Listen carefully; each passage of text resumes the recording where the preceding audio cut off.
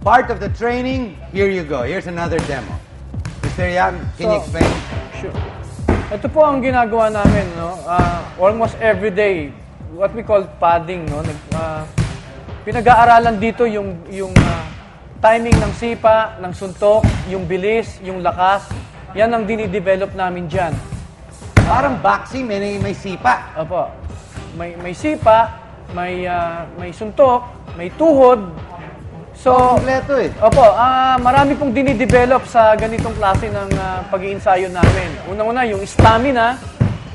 Number 1, sa sports na to, pag wala kang hangin, hindi pwede. Hindi pwede. Kailangan meron ka talagang stamina. May hangin ka. This is everyday practice. Opo. Ginagawa po namin to 12 rounds of paddings. Very quickly, how much does it cost to join, to learn something like that? And how long does it take para matuto ka? I wouldn't want to go near Kren. Kawawa ako.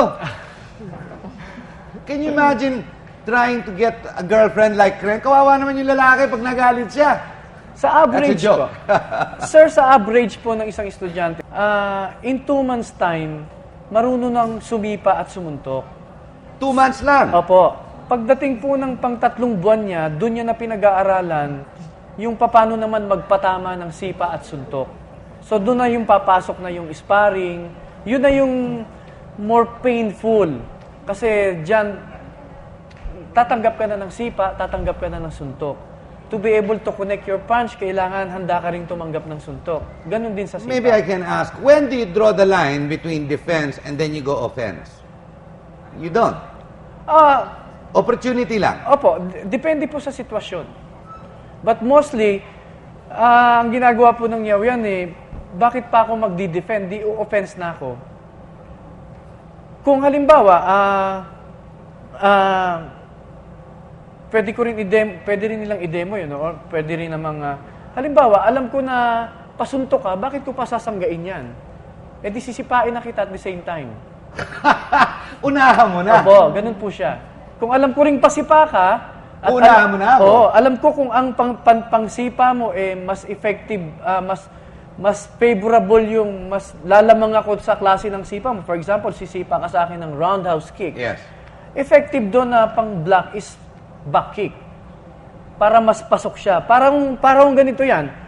Susuntok yung kalaban mo ng hook, ikaw dapat straight punch. Para mas unang dumating yung straight kaysa sa yung hook. Good afternoon, I'm Junie from Invergay University. Tanong ko lang din sa estudyante ng Yaoyan, meron ka na bang kaso na nai-apply mo yung knowledge mo sa self-defense? Nagdi-date yan, pero since natuto siya, hindi na siya nagdi-date. No. Yes. Well, that's a very good question kasi I was once na-hold up. Noong una, gusto ko lumaban. Yung barel, nakatutok. Baril pa, hinarap sa'yo. Barel. Sa FX, nakatutok sa akin dito. Ngayon, noong una, gusto kong, hiningi niya syempre yung cellphone ko. Noong una, gusto kong lumaban. Sabi ko, may alam ako, kaya ko labanan. But then, na-realize ko na, oh my God, barel to. Totoong barel to, malamig barel. So, anong pipiliin ko? Buhay ko o yung cellphone ko? So, syempre, mas importante yung buhay ko, diba? Kasi sa ganong sitwasyon, lalo baril yun, wala ka nang magagawa doon. So, just, ibigay mo na lang. Makakabili ka pa naman ng bago. Just because you know the sport and you know how to defend, the ability to think during times of conflict is even more important. Right. Yes, sir. That's what you're saying. Opo. Because if you don't, uminit ang ulo mo, patay ka naman.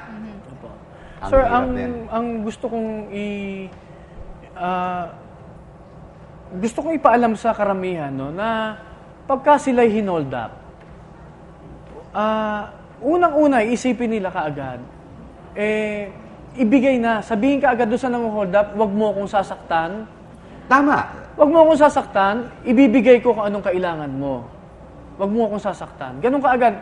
Pakita mo kaagad yung being submissive doon sa hold-upper. Kasi itong mga taong to, criminal to eh. Hindi ito magdadalawang isip na tuluyan ka. So, minsan, namamali tayo ng landas o namamali ang parang turo na martial artist ka, pinakikita doon sa kung saan saang demo na kaya mong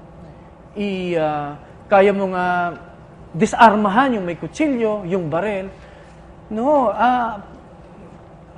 ano po ito? Makatotohanan po ito. Hindi po ito biro-biro. Hindi po ito sine, hindi po ito demo. Pagka kayo po naka-experience ng ganung hold-up, sabihin mo kaagad ninyo, ibibigay ko ang kailangan ninyo, wag niyo lang akong saktan.